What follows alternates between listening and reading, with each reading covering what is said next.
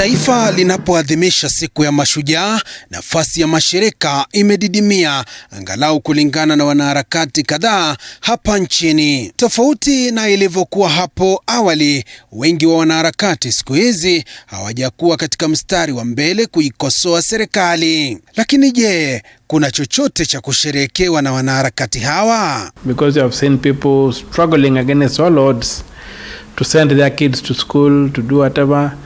There's very strong belief in material progress. People would like the next generation to be richer than the last generation. That's why they fight so hard to educate their children, to do whatever. So that drive within the Kenyan, for me, is the thing I celebrate most. The Mashujaa and the Mama Mbogas here on the ground, who on a daily basis make sure our economy is actually growing. Our Shujaas are the watchmen who are here on a daily basis. There is nothing to celebrate. Our heroes are forgotten. Our stomachs are hungry. Our schools have no desks. Our hospitals have no medicine. Our money has been stolen. There is nothing to celebrate. Licha ya ishara kuwa wanaharakati wamedidimia katika kupambana na wakiukaji wa sheria, wanaharakati hao wanadokeza kuwa wako imara. I don't think the voice has gone down. You have to understand this COVID, and after when COVID came, there was a lot of measures on public gathering and crowd control on healthy grounds. So even as activists, you have to observe those health regulations for the sake of everyone's health and safety. Baadhi yao wamewahi jitosa katika ulingo wa siasa na siasa za uongozi. Hata hivyo, Wakenya wakionekana kutokubali sera za wanaharakati hawa. The policy priorities. And who makes the budget? The politicians, you see. So get into politics and make the budgets you want and design the policies you want. That has been the biggest failure of the civil society in this country, and the reason was one. It was largely supply-driven, not demand-driven. And supply-driven is that donors would come up with proposals. Do this, want people to do this, want people to do that, and people write proposals and then they would do it. Taifa linapojizatiti kuhakikisha umaskini umepungua miongoni mwa Wakenya, Okia Omutata ameitaka serikali kuweka sera mwafaka. What must be addressed is political power. How is power acquired? How is power retained? How is power utilized?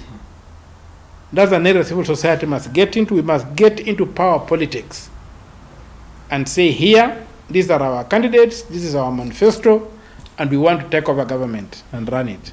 If it's issues of governance at the national and at the county level, how can you use your vote? How can I use my vote to ensure that we vote in leaders who advance the nation and who do not destroy it or put it to waste through looting and corruption? Hata hivyo, baadhi ya wanaharakati wanakiri kuna tofauti kubwa baina ya mashirika ya kisasa na yale ya zamani. Our organizations have become bureaucracies, so that there are small governments out of government, and sometimes that has really been a big problem, because this guy today will be in civil society, tomorrow he can apply and move to a bank, whatever. So he's a career fellow. He has no convictions, and most of them are like that. If you still have convictions and get out of the way, but most are just career-oriented people. Je, ni changamoto zipi zipo wakati mtu anajitolea kupambana na maovu katika nchi? We thought that we had seen tougher times during the Moi era, but really this current regime has really taken, clawed back the gains and freedoms that people fought for, you know. So anyone who's not singing, the same song as the government of the day is actually an enemy of the government. So, there have been attempts to stop me in what I do. I even got beaten up once, nearly lost my life. But basically, intimidation is a word maybe that does not exist in my vocabulary. If I get convicted that something needs to be done, I'll do it come rain or sunshine. But I'm not suicidal. I'm very conscious about my life. I'm very conscious of how I live, what hours you'll find me out, where you'll find me eating, which kind of company I keep, how I travel. I'm very, very cautious. No one was born in this world and was told it is your work to be civil society. We should all be active citizens. So every single Kenyan should be civil society. Wakati wa sherehe hizi za 57, wadadisi wanasema kuna mengi yameafikiwa licha ya changamoto zilizopo. You too are a shujaa when you step out and do what is right for this country.